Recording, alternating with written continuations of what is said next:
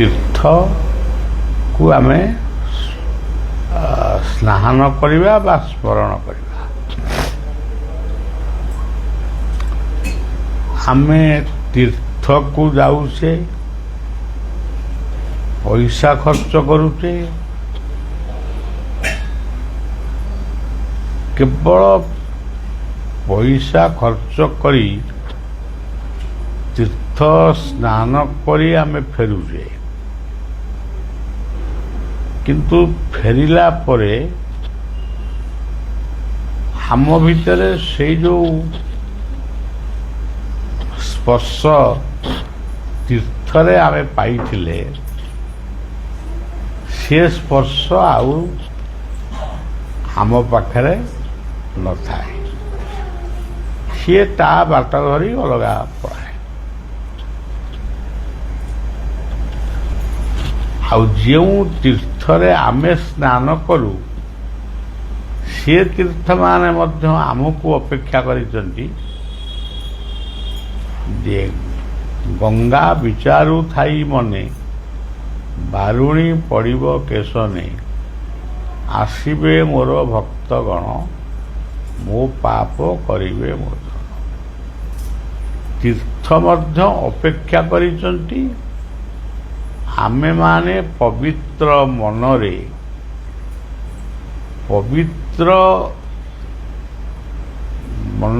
ବା ପବିତ୍ର ଚିନ୍ତାରେ ଯଦି ଆମେ ତୀର୍ଥ ସ୍ନାନ କରୁ ସେ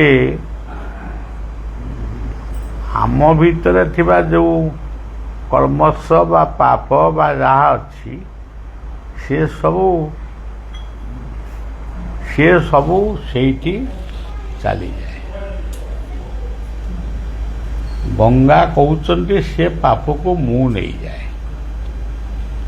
ତେଣୁ ଗଙ୍ଗା ଯଦି ଆମ ପାପକୁ ନେଇଯାଉଛନ୍ତି ତାହେଲେ ଆମେ ପାପ ଛଡ଼େଇବା ପାଇଁ ଗଙ୍ଗାକୁ ବାରମ୍ବାର ଯିବା କ'ଣ ଦରକାର? ଆମେ ସକାଳୁ ଉଠିକିରି ଆମେ ଟିକେ ଗୁରୁଙ୍କୁ ସ୍ମରଣ କରିବା। ଏହା ପ୍ରଥମ କଥା।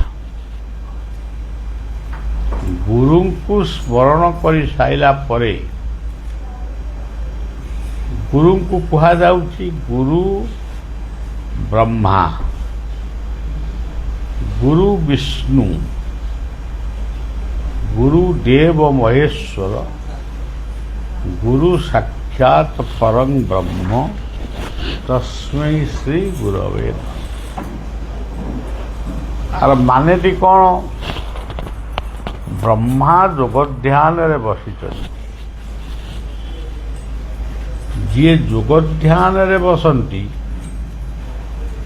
ସେହି ସମୟରେ ତାଙ୍କୁ ଯଦି ଆମେ ଦର୍ଶନ କରୁ ଗୋଟିଏ ପାପ କି ଦୁଇଟି ପାପ ଖଣ୍ଡନ ହେବ। ଯେତେବେଳେ ଆମେ କହୁ ଗୁରୁ ବିଷ୍ଣୁ, ବିଷ୍ଣୁଙ୍କର ନଖ କୋଣରେ ଗଙ୍ଗାଙ୍କର ଅବସ୍ଥିତି ରହିଛି। ଯଦି ଗୁରୁଙ୍କ ପାଦପଦ୍ମରେ ବା ନଖ କୋଣରେ ଯଦି ଗଙ୍ଗାଙ୍କର ପ୍ରଭାବ ରହିଛି ତାହେଲେ ସେଇ ପାଦକୁ ଧ୍ୟାନ କଲେ ଆମର ଅନେକ କର୍ମଶ ଦୂରୀଭୂତ ହେବ। ତାପରେ କହିଲେ ଗୁରୁଦେବ ମହେଶ୍ୱର, ଶିବଙ୍କର ଜଟା ଦେଇ ବା ତାଙ୍କର ଯେଉଁ ଜଟା ସେ ପିନ୍ଧିଛନ୍ତି ସେ ଜଟା ଦେଇ ପବିତ୍ର ଗଙ୍ଗା ପ୍ରବାହିତ ହେଉଛନ୍ତି। ତେଣୁ ଶିବଙ୍କୁ ଯଦି ଆମେ ମନ ଭିତରେ ସ୍ମରଣ କରିବା ତାହେଲେ ଆମେ ଗଙ୍ଗାରେ ସ୍ନାନ କଲା ଭଳି ବୋଧ କରିବା। ତାପରେ କହୁଛନ୍ତି ଗୁରୁ ସାକ୍ଷାତ ପରଂ ବ୍ରହ୍ମ, ସବୁ ଯାହାଙ୍କ ଠାରୁ ସୃଷ୍ଟି ହେଇଛି ସେଇ ହେଉଛନ୍ତି ପ୍ରକୃତରେ ଗୁରୁ।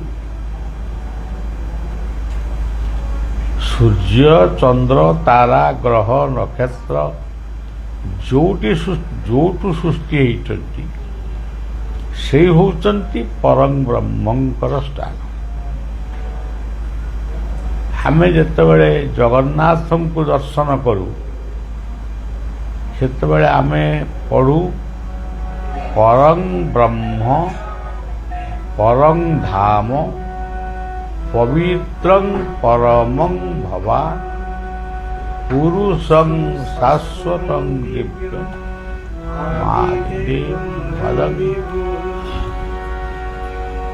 ତୁମେ ହଉଛ ପରଂ ବ୍ରହ୍ମ ପରଂ ଧାମ, ତୁମେ ହିଁ ଏକମାତ୍ର ପବିତ୍ର। ଏଇଭଳି ଭାବରେ ଆମେ ଗୁରୁଙ୍କୁ ବନ୍ଦନା କଲେ। ଯଦି ମୁହଁରେ ବନ୍ଦନା କଲେ ଶ୍ଳୋକଟାକୁ ଆମେ ଶିଖିଛୁ, ତାକୁ ଗୋଟାଏ ବନ୍ଦନା କଲୁ, ସିଏ ବନ୍ଦନାର ମୂଲ୍ୟ କିଛି ନାହିଁ। କିନ୍ତୁ ଯଦି ପ୍ରକୃତରେ କାୟ ବାକ୍ୟ ମନରେ ଆମେ ଯଦି ସମର୍ପିତ ଭାବନାରେ ସେଇ ଗୋଟିଏ ମୁହୂର୍ତ୍ତ ଯଦି ଗୁରୁଙ୍କୁ ପରଂ ବ୍ରହ୍ମଙ୍କ ସହିତ ମିଶେଇ ଆମେ ପ୍ରାର୍ଥନା କରୁ, ସେତେବେଳେ ଗୁରୁ ସ୍ୱୟଂ ପରଂ ବ୍ରହ୍ମଙ୍କ ରୂପରେ ଆମକୁ ଦେଖାଦେବେ। ଆପଣମାନେ ଜାଣିଛନ୍ତି ଦ୍ରୌପଦୀଙ୍କୁ ଦୁର୍ଯ୍ୟୋଧନ ଆଦେଶ କଲା ଯେ ଦ୍ରୌପଦୀଙ୍କୁ ବିବର୍ଷଣ କରିବା ପାଇଁ ତାର ବସ୍ତ୍ରକୁ ଉଲଗ୍ନ କରିବା ପାଇଁ। କିନ୍ତୁ ଦ୍ରୌପଦୀ ଯେତେବେଳେ ଗୋଟିଏ ମୁହୂର୍ତ୍ତ ଦଣ୍ଡେ ନିମିଷେ କ୍ଷଣେ ଲେସେ, ଯଦି ଗୋଟିଏ ମୁହୂର୍ତ୍ତରେ ସେ ଦ୍ୱାରିକାଧିପତି ଭଗବାନ କୃଷ୍ଣଙ୍କୁ ପ୍ରାର୍ଥନା କଲେ ଯେ ମୁଁ ଏଇ କୁରୁ ସଭା ତଳେ ମୁଁ ବର୍ତ୍ତମାନ ଲଜ୍ଜିତ ହେବାକୁ ଯାଉଛି, ଆପଣ ଆସନ୍ତା କାଲି ଶୁଣିବେ ଯେ ଦ୍ରୌପଦୀଙ୍କର ସମ୍ମାନ ଆମେ ରଖିପାରିଲୁ ନାହିଁ। ଆପଣ ଯଦି ସେହି ସମୟରେ ନିଜକୁ ଦୁଃଖ କରିବେନି, ଦ୍ରୌପଦୀର ବିବର୍ଷଣ ହେଲା ମୋର କ'ଣ ଯାଉଛି, ତାହେଲେ ମୋର ସେଥିରେ କିଛି ଦୁଃଖ ନାହିଁ। ଯଦି ଆପଣଙ୍କ ମନରେ ଦୁଃଖ ସୃଷ୍ଟି ହେବ ତାହେଲେ ସେ ଦୁଃଖଟାକୁ ମୁଁ ଭୋଗ କରିବି। ଏଇ କଥା ପଦକ ଗୋଟାଏ ମିନିଟ୍ ବି ହେବନି। ଏଇ କଥା ପଦକ ପାଇଁ ଭଗବାନ କୃଷ୍ଣ ସେ କୋଟି ବସ୍ତ୍ର ପ୍ରଦାନ କଲେ। ଅର୍ଥାତ୍ ଗୋଟିଏ ବସ୍ତ୍ର, ଯେଉଁ ବସ୍ତ୍ରକୁ ଦୁଃଶାସନ ଟାଣୁଥିଲା ତାକୁ ଲାଗିଲା ଏଇ ବସ୍ତ୍ରଟା ହେଉଛି କୋଟିଏ ବସ୍ତ୍ର। ସିଏ ବସ୍ତ୍ରକୁ ଟାଣି ଟାଣିକିରି ସେ ମୂର୍ଚ୍ଛା ଯାଇ ପଡ଼ିଗଲା। ଏହା ଯଦି ସତ୍ୟ, ଯେତେବେଳେ ଗୁରୁଙ୍କୁ ଆମେ ସେଇ ଆସନରେ ବସେଇବୁ, ଗୁରୁ ସାକ୍ଷାତ ପରଂ ବ୍ରହ୍ମ ତସ୍ମୈ ଶ୍ରୀ ଗୁରବେ ନମଃ, ତାହେଲେ ଆମେ ଯଦି ପ୍ରକୃତରେ ତାଙ୍କୁ ସେଇ ଆସନରେ ବସେଇ ପୂଜା କଲୁ, ତାହେଲେ ଗୁରୁ ନିଶ୍ଚିତ ଭାବରେ ସେଇ ସ୍ୱରୂପରେ ଆମ ପାଖକୁ ଆସିବେ। ଆମର ଯଦି ସେ ବିଶ୍ୱାସ ନାହିଁ, এই যে আপনার কীর্তন বর্তমানে পড়ুলে গুরুকে মানুষ জ্ঞান নামণ কখন গুরু নিন্দা কবু কর্ণে না কর শ্রবণ।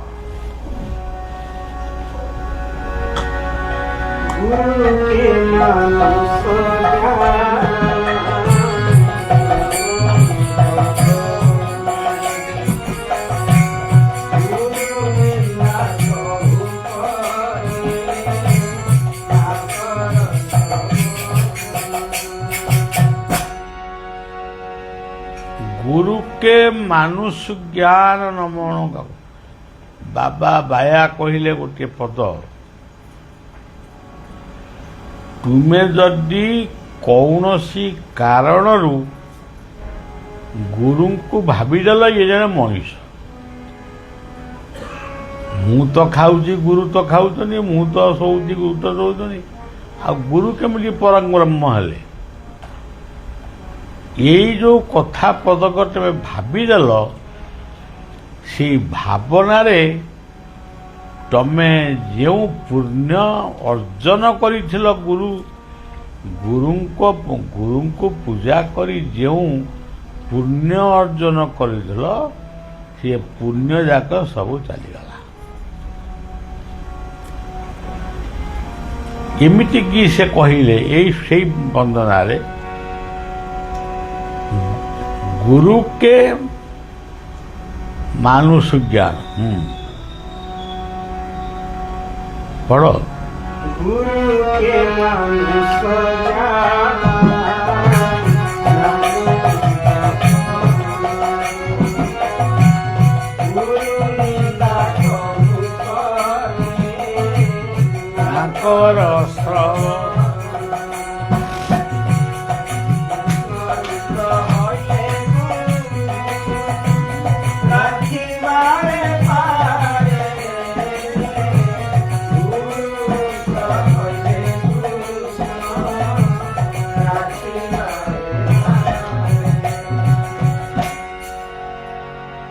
तुम्हें जदि गुरु को मनुष्य बोली भाविब ताले से मनुष्य ही जीवे जदि गुरु को ब्रह्मा विष्णु शिवं रूप में पूजा करिवो ताले गुरु साक्षात परम ब्रह्म रूप में तुमको मध्य कृपा कृपा माने देवे एमती नहीं सब प्रकृत रे ही ये देवे एठी आलंकारिक कथा किछि नहीं एक बार परिष्कार कथा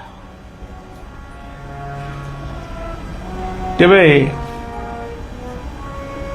माँ होची जीवनर प्रथम गुरु बापा होचंती जीवनर सेई प्रथम गुरु जो पुरोहित ब्राह्मण आमको संस्कार कले सी होचंती आउ जणे गुरु जी आमको पाठ पढ़ाई भल मनीष कले सी होचंती सी मध्य सेई माने शेष गुरु एते गुरुंकर संधान पाई साइला परे आमे एते इतस्तत कहीं होचे आमे गुरु तो एते रूप में पाइलु तेरे एते रूप में पाइबा परे भी आमे कहीं पुणी इतस्तत होचु जड़े गीता सबुदिन पढ़ती गोटे सत कथा मु कहूँ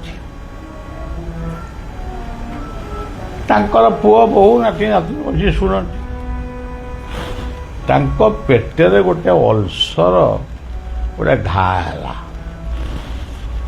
पेटटी कामुड़िला ताकू नहीं डाक्तरखाना रे माने टेस्ट कले कहले आपण पेटेरे गोटे घा है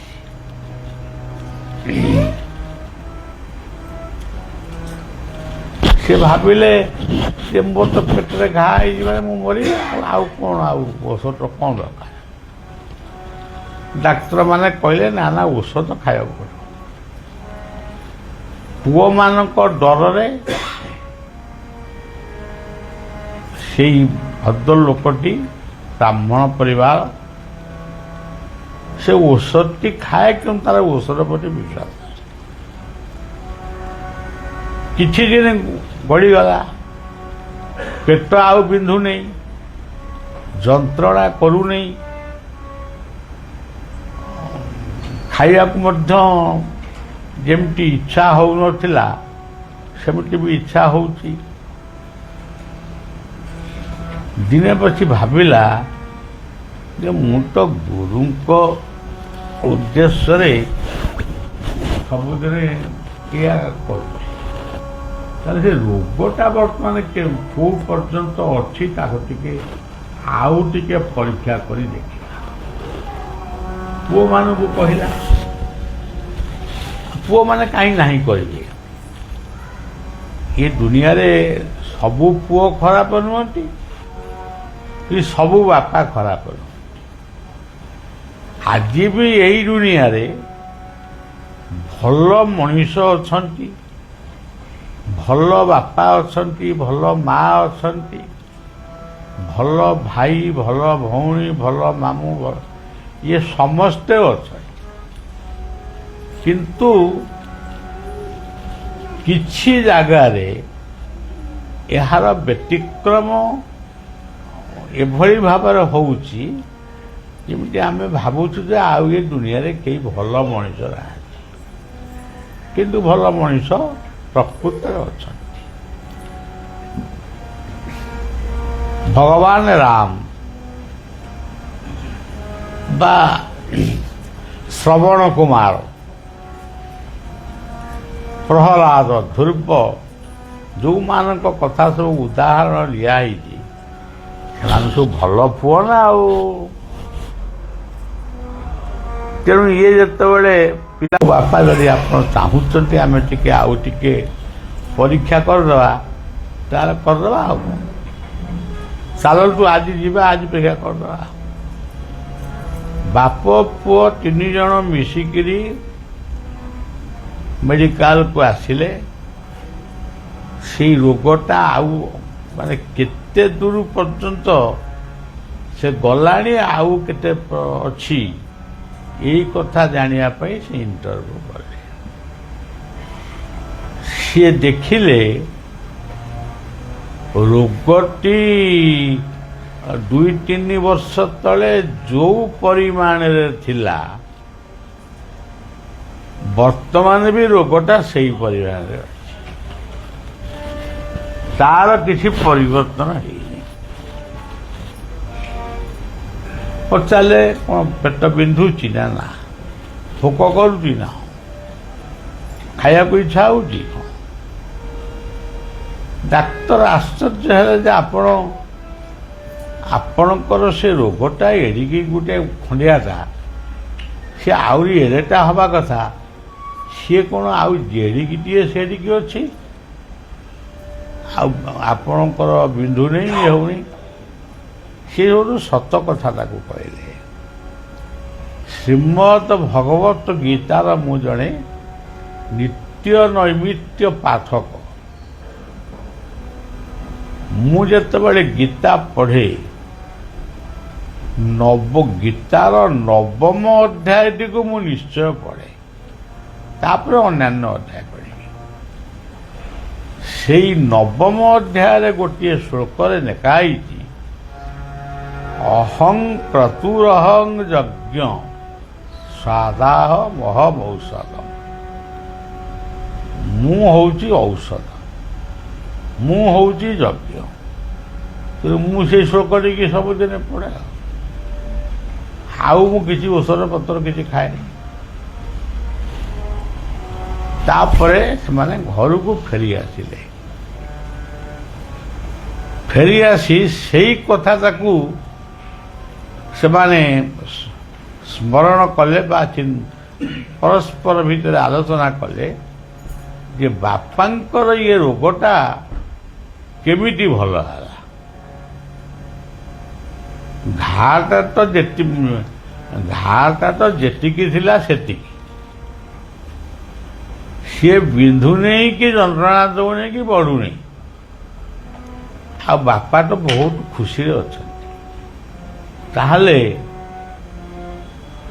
ଏ ରୋଗକୁ କିଏ ଭଲ କଲା, କେମିତି ଭଲ ହେଲା, ଏଇ କଥା ସେ ଭାବୁଛନ୍ତି। ତାଙ୍କର ଯିଏ ପ୍ରକୃତରେ ଗୁରୁ, ଯିଏ ତାଙ୍କୁ ଦୀକ୍ଷା ଦେଇଛନ୍ତି ବା ଗୁରୁ ଗ୍ରହଣ କରିଛନ୍ତି, ସେ ଆସି ହଠାତ୍ ପହଞ୍ଚିଲେ। ସେ ପହଞ୍ଚିକିରି ଆଗେ ପ୍ରଥମ ଗୋଟିଏ ଶ୍ଲୋକ ଉଚ୍ଚାରଣ କଲେ। ଶିଷ୍ୟକୁ ଟିକେ ଆଶୀର୍ବାଦ ଉଦ୍ଦେଶ୍ୟରେ ସେ ଶ୍ଲୋକଟି ପଢ଼ିଲେ। ଅନନ୍ୟ ଚିନ୍ତୟନ୍ତୋ ମାଂ ଯେ ଜନା ପର୍ଯ୍ୟୁପାସତେ ତେଷାଂ ନିତ୍ୟାଭିଯୁକ୍ତାନାଂ ଯୋଗକ୍ଷେମଂ ବହା। ମୋ ନିକଟରେ ଅନନ୍ୟ ଭାବରେ ଆଡ଼େ ସାଡ଼େ ମନ ନ ଦେଇ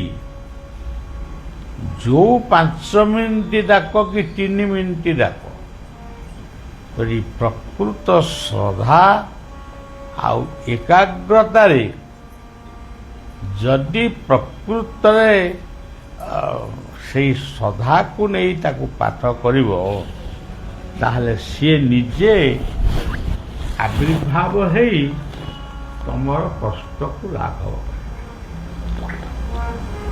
ଗୁରୁଙ୍କ ମୁହଁରୁ ଯେତେବେଳେ ଏ କଥା ସେ ଶୁଣିଲେ, ସେ ସବୁ ଗୁରୁଙ୍କୁ ତ ପ୍ରଣାମ ଜଣେଇଲେ।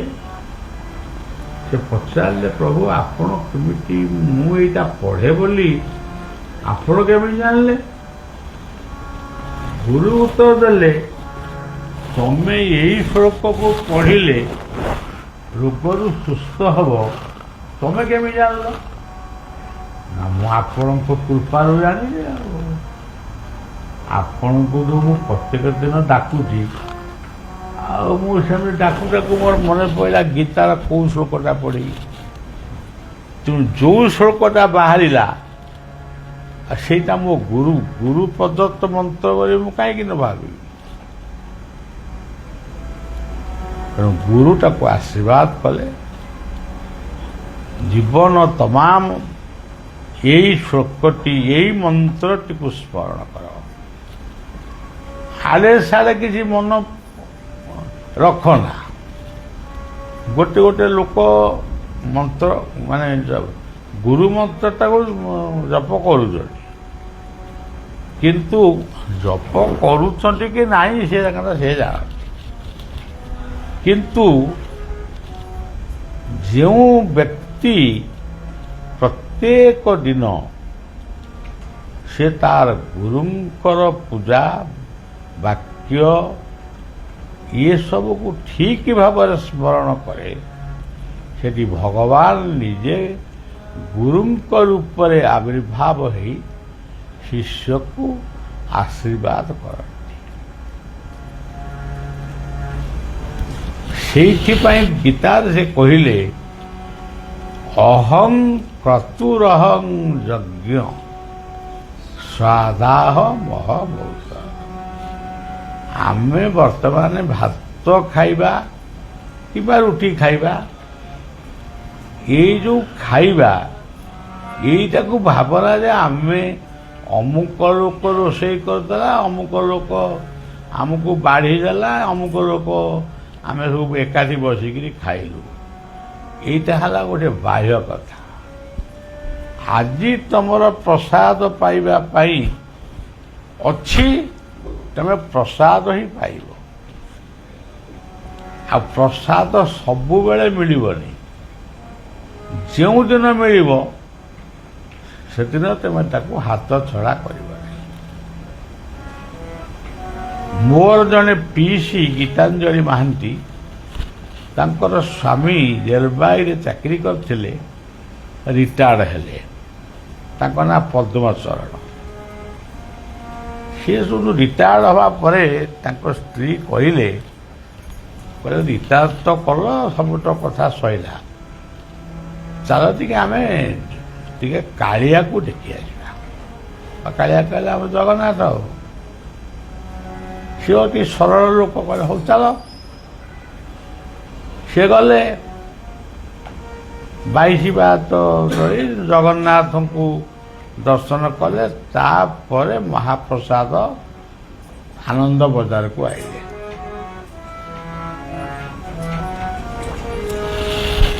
ମହାପ୍ରସାଦକୁ ଆସିକିରି ଖୋଜୁଛନ୍ତି ଆଉ। ସେତେବେଳକୁ ମହାପ୍ରସାଦ ସବୁ ବନ୍ଦ ହେଲାଣି। ସବୁ ପ୍ରସାଦ ବନ୍ଦ ହେଇଗଲା, ଆମେ ଖାଇବା କ'ଣ? ଆଉ ନହେଲେ ବାଟରେ ଜଳଖିଆ ଖାଇଦେବା ଆଉ। ଇଏ ଗୋଟିଏ କି ଦୁଇଟି ପାହାଚ ମାନେ ଓହ୍ଲେଇଛନ୍ତି। ଜଣେ କେହି ଡାକୁଛି, ତା ନାଁ ଧରିକି ଡାକୁଛି ଯେ ତୁମେ ଫେରି ଆସ, କୁଆଡ଼େ ଆଇଥିଲ, କୁଆଡ଼େ ଯାଉଛ, ପଳେଇ ଆସ, ଶୁଣ ଏ ଭାଇରେ କୁଆଡ଼େ ଆଇଥିଲ? ପୁରୀ। ପ୍ରସାଦ ପାଇଛ?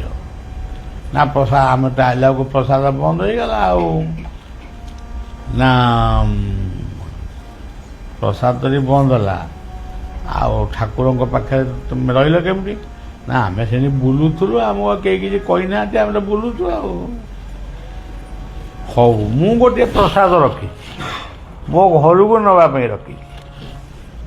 ତୁମେ ଇଏ ପ୍ରସାଦଟା ନେଇକିରି ତମେ ସ୍ୱାମୀ ସ୍ତ୍ରୀ ଖାଇବ, ଘରକୁ ନେଇଯିବ। ସିଏ ଗୋଟେ ଏଡ଼େ ବଡ଼ ଟୋକେଇଟା। ସିଏ ପ୍ରସାଦଟିକୁ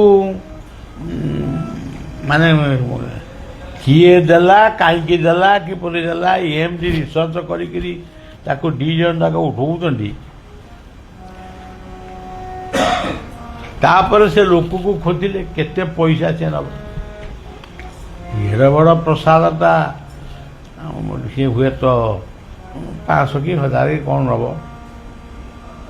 କିନ୍ତୁ ସେ ଦେଖିଲେ ସେ ଲୋକ ଆଉ କେହି ନାହାନ୍ତି। ସିଏ ଆନନ୍ଦ ବଜାର ଠାରୁ କଳ୍ପବଟ ପର୍ଯ୍ୟନ୍ତ ବୁଲିକି ଦେଖିଲେ ସିଏ ଲୋକଟି କୁଆଡ଼େ ଗଲା। ଏଇ ଯେଉଁ କଥାଟାକୁ ସେ ଦେଖିଲେ, ଲୋକ ନାହାନ୍ତି, ମହାପ୍ରସାଦ ସେ ଧରିଛନ୍ତି, ପଇସା ନେଇନାହାନ୍ତି, ଆମେ ଇଏ ମହାପ୍ରସାଦ ପାଇବୁ, ଆକୁ ସେଇ କାଳିଆ ପଠେଇଛି। ତେଣୁ ଏଥିରୁ କ'ଣ ଆମେ ବୁଝିଲେ? ଆମେ କ'ଣ ବୁଝିଲେ ଜଗନ୍ନାଥ ଗୋଟେ ଦାରୁ ବ୍ରହ୍ମ, ନିମ୍ବ କାଠରେ ତିଆରି। ଏଇଟା କୁଆଡ଼େ ଗୋଟେ ଗଲା, କୁଆଡ଼େ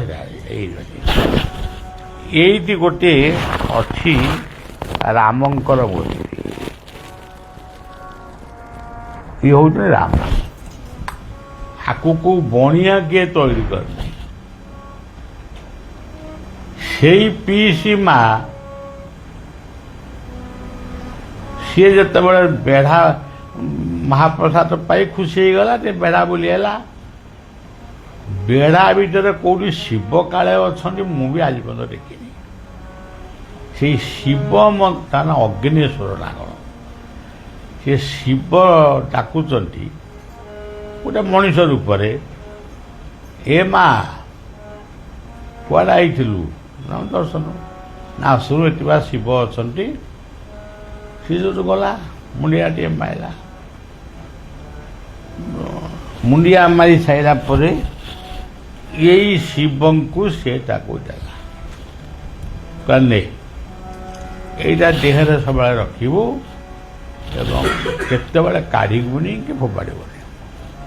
ଆଉ ମୁଁ କାହିଁ କାଢ଼ିବି? ଯୋଉଠି ଭାବିଲା ଇଏ ପଇସା ପତ୍ର ନେବ ବୋଲି ବୋଧେ ଏଇ ବେପାର କରୁଛି। ଆଉ କହିଲା ଏଇ କେତେ ପଇସା? ତାକୁ ଅନେଇଲା ଗାରେଡ଼େଇକିରି, କେତେ ପଇସା ତୋ ପାଖରେ ଅଛି, ତୁ ମୋତେ ଦେବୁ? ଗୋଟିଏ ପଇସା ବି ମୁଁ ନେବିନି, କେବଳ ତୁ ଏଇଟାକୁ ବେକରେ ପକେଇବୁ, ଏତିକି ପାଇଁ ଦେବି। ନା ଆଉ କେବେ ଭେଟ ହବ? ନା ଭେଟ ହେଇପାରେ, ତୁ ଆଜି ଘରକୁ ଯା। ସିଏ ଆଉ ଭେଟ ହେଇନି। ସେଟାକୁ କାର୍ତ୍ତିକ ମାସରେ ଏଇଗୁଡ଼ାକୁ ଗୋଟେ ମାଳି ଭିତରେ ପକେଇକି ତାର ହବିଷ କରେ। ଏଇ ବର୍ଷ ଆଶ୍ରମରେ ହବିଷ କଲେ, ଏଇଆକୁ ଦେଖେଇଲେ, କହିଲେ ମୁଁ ତ ବୁଢ଼ୀ ହେଇଗଲିଣି, ଆଉ କେଇଟା ଦିନ ମୁଁ ମରିଯିବି, ମୋର ତ ବୟସ ହେଇଗଲାଣି। ତେଣୁ ଆକୁ କାହାକୁ ଦେବି? ପୁଅକୁ ଦେବି କି ବୋହୂକୁ ଦେବି କି କାହାକୁ ଦେବି? ତାକୁ କିଏ ସଦ୍ବ୍ୟବହାର କରିବ କି ନ କରିବ ମୁଁ ଜାଣିବି କେମିତି? ତେଣୁ ତତେ ମୁଁ ଦେଇଦେଉଛି, ତୁ ତାକୁ ସବୁଦିନ ଦରକାର। ତେଣୁ ମାନିଲେ ଠାକୁର, ନ ମାନିଲେ କୁକୁର।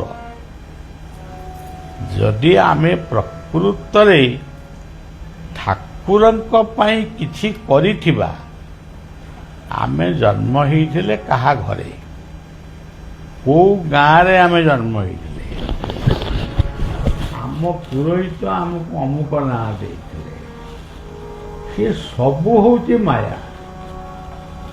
କିଏ ଆମକୁ ଖାଇବାକୁ ଦେଇଥିଲେ, ସେ ବି ମାୟା। ସିଏ ଆମର ପୁଅ ହେଲେ, ଇଏ ଆମର ବୋହୂ ହେଲେ, ସିଏ ଆମର ଝିଅ ହେଲେ, ଇଏ ଆମର ଜ୍ୱାଇଁ ହେଲେ, ଇଏ ସବୁ ହଉଛି ମାୟା। କିନ୍ତୁ ଏକମାତ୍ର ସତ୍ୟ ହିଁ ବ୍ରହ୍ମ ସତ୍ୟ, ଜଗତ ମିଥ୍ୟା। ଏକମାତ୍ର ସତ୍ୟ ହିଁ ଜଣେ। ସେ କେତେବେଳେ କେଉଁ ରୂପରେ ଆସିକିରି ଆମକୁ କ'ଣ ଦେଇକିରି ଯିବେ, ସେ କଥାଟା ଆମେ ବି କହିପାରିବାନି। ତେଣୁ ଗୁରୁଙ୍କର ସ୍ୱରୂପ ହେଉଛି ଦେଖି ନାହିଁ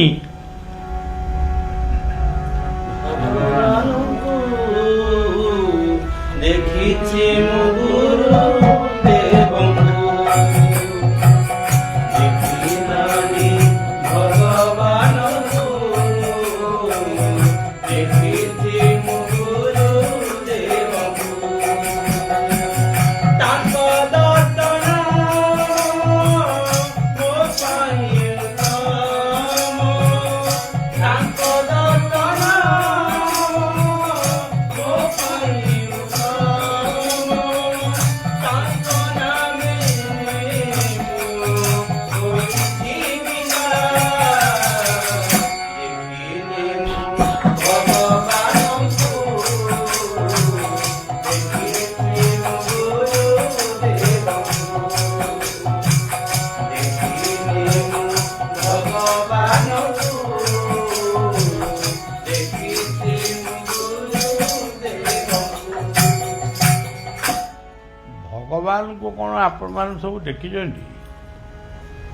ଏଇଟା ବ୍ରହ୍ମପୁର ଅଞ୍ଚଳ, କାଳେ ଦେଖିଥିବେ, କ'ଣ କରିଥିବେ। ଭଗବାନ ଭଗବାନ ଭଗବାନ ସବୁବେଳେ ଆମେ ହଉଛୁ, ଆମେ କ'ଣ ତାଙ୍କୁ ଦେଖିଛେ? କିଏ କହିବ ହଁ ଟିକେ ମୁଁ ଦେଖିଲି ଯେ, କିନ୍ତୁ ପ୍ରକୃତରେ ଭଗବାନ ହେଉଛନ୍ତି ସଦ୍ଗୁରୁ। ଆମେ ଭଗବାନଙ୍କୁ ଦେଖିନୁ, କିନ୍ତୁ ଗୁରୁଙ୍କୁ ଦେଖିଛୁ। ଗୁରୁଙ୍କୁ ଦେଖିଛୁ ବୋଲି ଆମକୁ କୁହାଯାଇଛି ଗୁରୁ ସାକ୍ଷାତ ପରଂବ୍ରହ୍ମ। ଅଚ୍ୟୁତୋର ବଦନ ବ୍ରହ୍ମା ଦ୍ୱିବାହୋର ପରାହରି, ଅଭାଲୋଚନ ଶମ୍ଭୁ ଭଗବାନ ବାଦରାୟ। ସେ ହେଉଛନ୍ତି ସ୍ୱୟଂ ଶିବ, ସେ ହେଉଛନ୍ତି ବ୍ରହ୍ମା, ସେ ହେଉଛନ୍ତି ବିଷ୍ଣୁ। ତେଣୁ ଗୁରୁ ଶବ୍ଦ, ତାରି ଭିତରେ ଇଏ ଜଗତଟା ରହିଛି। ଗୁ କହିଲେ ଗୁଣ, ରୁ କହିଲେ ରୂପ। ଯେଉଁଠି ରୂପଟିଏ ଆପଣ ଦେଖୁଛନ୍ତି, ସେଠି ନିଶ୍ଚିତ ଭାବରେ ଗୁଣଟିଏ ଅଛି। ତେଣୁ ଗୁଣକୁ ଛାଡ଼ିକିରି ଯଦି ଆମେ, ଗୁଣ ଆଉ ରୂପକୁ ଛାଡ଼ିକିରି ଆମେ ଯଦି ବ୍ୟଭିଚାର ହେବା, ଆମେ ଯଦି ଗୁରୁ ନାମକୁ ବିଶ୍ୱାସ କରିବାନି କି ପଢ଼ିବାନି, ଯିଏ ଗୁରୁ ପୂଜା କରିବନି, ଗୁରୁଙ୍କୁ ଯିଏ ସ୍ମରଣ କରିବନି, ଗୁରୁଙ୍କର ଆଦେଶକୁ ଯିଏ ସାମାନ୍ୟତମ ପାଳନ କରିବ ନାହିଁ ତାହେଲେ ତାର ପରିଣାମ କ'ଣ ହେବ? ତା ପରିଣାମ କ'ଣ? ରୋଗ ହେବ, ସେ ଅମୁକ ଏସବୁ ନୁହେଁ। ଗୁରୁ ଏସବୁ ଦିଅନ୍ତିନି। ଗୁରୁ ତମକୁ କ'ଣ ଗୋଟେ ଅଭିଶାପ ଦେବେ। ଯିଏ ପ୍ରକୃତରେ ଗୁରୁ ସେ କାହାକୁ ଅଭିଶାପ ଦିଅନ୍ତିନି। କିନ୍ତୁ କ'ଣ ସେ ଦେବେ ତମକୁ ଗୋଟିଏ ଭଲ ଜିନିଷ ଦେବେ। ଜନ୍ମ ଜନ୍ମ ଧରି ତୁମେ ତାଙ୍କୁ ଗୁରୁ ରୂପରେ ହିଁ ପାଇବ।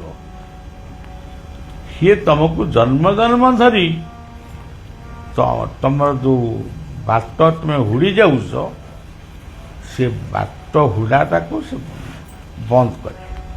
ବାବୁ ଏଇ ବାଟରେ ଯାଅ ନା ଏଇ ବାଟରେ ଯାଅ। ଆମର ସବୁ ଲୋକମାନଙ୍କର ଗୋଟେ ଅଛି ସବୁ ମାନେ ଠାକୁର ଘରେ ପୁଳାଏ ଖଣ୍ଡେ ଠାକୁର ଗୁରୁଦେବଙ୍କୁ ରଖିବେ, ତା ଭିତରେ ବି 20-30ଟା ଗୁରୁ। ତାର ମାନେ ହିଁ କିଛି ନାହିଁ। ତା ମାନେଟି ହେଉଛି କେବଳ ଇଏ କାଳେ ବର ଦେବେ, ସେ କାଳେ ବର ଦେବେ, ସେ କାଳେ ବର ଦେବେ। ଏଇଠି ଆପଣଙ୍କର ଭଗବତୀଙ୍କ ପାଖରେ ଯେତେବେଳେ ଆମର 2 ବର୍ଷ ନା 3 ବର୍ଷ ତଳେ ଗୋଟେ କାର୍ଯ୍ୟକ୍ରମ ଆମେ କରିଥିଲୁ, ମୁଁ ସେସବୁ କଥା କେଉଁଠି କିଛି ମନରେ ମୋର ଅହଙ୍କାର ମୁଁ କେବେ ବି ରଖେ ନାହିଁ। କେବେ ମଧ୍ୟ ମୁଁ କିଛି ମାଗେନି। ମୋର କିଛି ମାଗିବା ଦରକାର ନାହିଁ। ମୁଁ ଭାବେ ମୁଁ ଯାହା ତ ମାଗିବା କଥା ଜଣକୁ ମାଗିଯାଏ, ଏତେ ଲୋକଙ୍କୁ କ'ଣ ମାଗିବି? ମୁଁ ଦର୍ଶନ କରେ। ଯଜ୍ଞର ଆୟୋଜନ ଚାଲିଛି, ଏଇସବୁ ବାବୁମାନେ ଯିଏ ବସିଛନ୍ତି ଏମାନେ ସବୁ ଲାଗିଛନ୍ତି। ଏଇ ଆମର ସଞ୍ଜୟ ଭାଇ ଯିଏ ବସିଛନ୍ତି ସେ ସ୍ୱପ୍ନରେ ଦେଖୁଛନ୍ତି 2 ଜଣ ସ୍ତ୍ରୀ ଲୋକ, ସଧବା ସ୍ତ୍ରୀ ଲୋକ ସେ ଗେଟ୍ ପାଖରେ ବଇଛନ୍ତି। ସେ ବସିକିରି କ'ଣ କହୁଛନ୍ତି? ବାବା ଯୋଉ କାମଟା କଲେ ବହୁତ ବଢିଆ କାମ କଲେ। ମାନେ ସେ ବାବାଙ୍କୁ ଦେଖିଛନ୍ତି, ସେ ଦେଖିଥିବେ ଆଉ ଦେଖିନାହାନ୍ତି, ଦେଖିଥିବେ। ବାବା ଯୋଉ କାମଟା ଏଠି କଲେ, ଇଏ କାମଟା ବହୁତ ଭଲ କାମ। ଏତିକି କଥା ଯେତେବେଳେ ମୁଁ ଶୁଣିଲି, ମୁଁ ତାହେଲେ ଏଇଠି ବହୁତ କାମ ହବ, ଆଉ ତାର ଇଚ୍ଛା ଅଛି ସେ ହବ। ତେଣୁ ଆପଣମାନେ ତ ନିଜେ ସବୁ ଉପଭୋଗ କରିବେ। କୋଉ କାମଟା ସେଠି ଗୋଟେ ବିରଜା କ'ଣ ହଁ ଏଇ ଯୋଉ ହେଲା ଭଗବତ ଏ କାର୍ଯ୍ୟ କୋଉଠି କିଛି କ'ଣ କୋଉଠି ଅସୁବିଧା ହେଇଛି? କିଏ କୋଉଠି ମାଡ଼ଗୋଳ କରୁଛନ୍ତି ନା କିଏ କୋଉଠି ଖାଇଛନ୍ତି ନା ପିଇଛନ୍ତି, ସବୁ ଆନନ୍ଦରେ ହେଇକି ଚାଲିଗଲା। ତେଣୁ ସେଇ ସମର୍ପିତ ଭାବନାରେ ମଣିଷ ଜୀବନ କେତେଟି ଦିନ, ଯେତିକି ଦିନ ପାଇଁ ଆମେ ପୃଥିବୀକି ଆସିଛୁ ତାରି ଭିତରୁ ଗଲାଣି କେତେ ଦିନ, ତାକୁ ଗୋଟେ ହିସାବ କର। ଧର ମୁଁ 50 ବର୍ଷ ପାଇଁ ଆଇଛି, ମୋର ଗଲାଣି 25 ବର୍ଷ, ତାହେଲେ ଆଉ 25 ବର୍ଷ ମୁଁ ବଞ୍ଚିବି। ଯେଉଁ ଦୁନିଆ ଏଇଆ, 50ରୁ 25 ଗଲା, ଆଉ 25 ରହିଲା। ତେଣୁ ଆମେ ସେଥିପାଇଁ ତତ୍ପର ହେଇ ଭଲ କାମ କରିବା ନା ସେ 25 ବର୍ଷ ତଳେ ଯାହା କରୁଥିଲେ ଓଇଖା ସେ ଆଉ କରିବା? ଉଣା ହେଉଛି ଦିନୁ ଦିନ ଆୟୁଷ, ଆଉ ଏଣିକି ଅଛି କେତେ ବୟସ, ଉଦ୍ଧାର ହେବୁ ଯେବେ ଭବ ସାଗରୁ, ଉପାୟ କରି ଭଜ ଏବେ ଶ୍ରୀଗୁରୁ। ଭୀମ ଭୋଇ କହିଲେ, ଭଜରେ ଶ୍ରୀଗୁରୁ ପାଦ ନକରି ହେଳା, ଅଣହେଳା କଲେ ଭବେ ବୁଡ଼ିବ ବେଳା। ତେଣୁ ଏଇସବୁ କଥା ଆପଣମାନେ ମନେ ରଖିବା ଉଚିତ। ସାଧୁ ସନ୍ଥ ମହାପୁରୁଷ ଏମାନଙ୍କୁ ଯେଉଁଠି ବି ଦେଖିବେ ଗୁରୁ ରୂପରେ ନମସ୍କାର କରିବେ ଏବଂ ସେଇ ଗୋଟେ ବନ୍ଦନା ଅଛି ଗୁରୁଙ୍କର ବନ୍ଦନାଟି ଗାଇଦେଲ ଜୟ ଶରଣକାର ଗୁରୁ ମୋର ନିୟ ପ୍ରଣାମ ଅଖଣ୍ଡ ମଣ୍ଡଳେ ବ୍ୟାପିଛ ଚରାଚର ବ୍ରହ୍ମ ସାକାର ମୂରତି ଧରିତ ଭକ୍ତ ଉଦ୍ଧାରି ନିୟ ଶିଷ୍ୟ କରି ଭକ୍ତ ବୃନ୍ଦଙ୍କୁ କରା ମୁକ୍ତି କରାଅ ତୁମ୍ଭର ବଚନ ମୋହର ମନ୍ତ୍ର ପରା ଅଟଇ ତୁମ୍ଭର ମୂରତି ମୋହର ପୂଜା କରିବା ପାଇଁ ତୁମି ବ୍ରହ୍ମା ବିଷ୍ଣୁ ମହେଶ ଗୁରୁ ପ୍ରାଣ ରହିତ ହରେ ରାମ କୃଷ୍ଣ ମୂରତି ହରି ପାପ ପୁନାଶ ହେତୁ ମୋକେ ମନ୍ତେ ରହିବ ପ୍ରଭୁ ଗୁରୁ ହୋ ବ୍ରହ୍ମ ଯେ ପରିଶ୍ରଣେ ମୁଁ ନ ଛାଡ଼େ ମୋର ଗୁରୁଙ୍କ ନାମ ଏତିକି ମୋତେ ଶିଖାଉ ମାଓ ମନରେ ରହି ନାମ କୃଷ୍ଣରେ ମୁଁ ନ ଛାଡ଼େ ଏହି ଆଜ୍ଞା ମାଗଇ ପାଗଳା ରାଜିବ ପ୍ରତିଟି ଗୁରୁ ଦୃଷ୍ଟି ରଖିବ ଜ୍ଞାନ ପ୍ରୟାଣର କାଳକୁ ମୋତେ ଚେତାଇ ଦେବ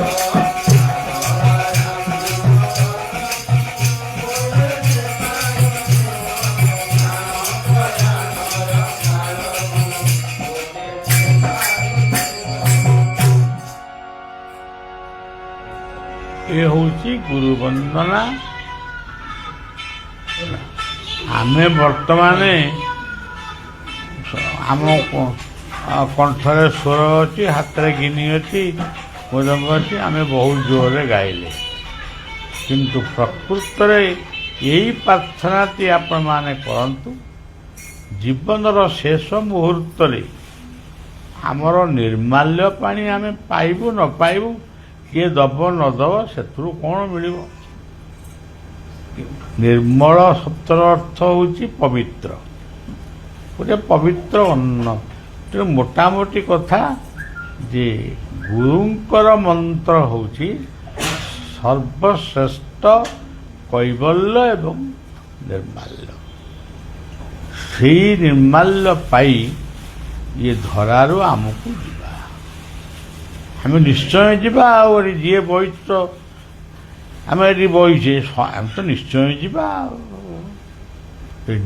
ଯିବାଟା ନିଶ୍ଚିତ, ତାହେଲେ ଆମେ ନିଜକୁ ସମୀକ୍ଷା କରିବାଟା ମଧ୍ୟ ଆହୁରି ନିଶ୍ଚିତ।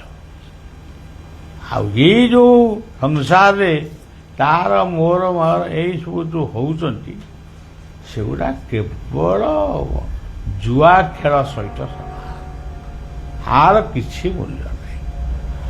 ତମକୁ ଭଗବାନ ଗୋଟେ ଦାୟିତ୍ୱ ଦେଇଛନ୍ତି, ଏଇ ପରିବାରଟି ତମର କି ଆଉ ଯେଉଁ ପରିବାରଟି ତମର। ଏଠି ଯେଉଁମାନେ ଅଛନ୍ତି, ପିମ୍ପୁଡ଼ି ଜନ୍ଦାଙ୍କ ଠାରୁ ଆରମ୍ଭ କରି ବାପ ମା ଭାଇ ବନ୍ଧୁ କୁଟୁମ୍ବ ବନ୍ଧୁ, ଇଏ ସମସ୍ତଙ୍କର ଦାୟିତ୍ୱ ମୋର। ସେତିକି ଦାୟିତ୍ୱ ଯଦି ଜୀବନରେ ଆମେ ଶ୍ରଦ୍ଧାର ସହିତ କରିପାରିବା, ତାହେଲେ ଜୀବନ ସାର୍ଥକ ହେବ ଏବଂ ପରଧର୍ମ ପୁଣି ଆମ ପାଇଁ ଗୋଟିଏ ସୁନ୍ଦର ରୂପ ହେଇ ପୁଣି ଆସିବ। ଏଠି କଥା କହିଲି, ନାମ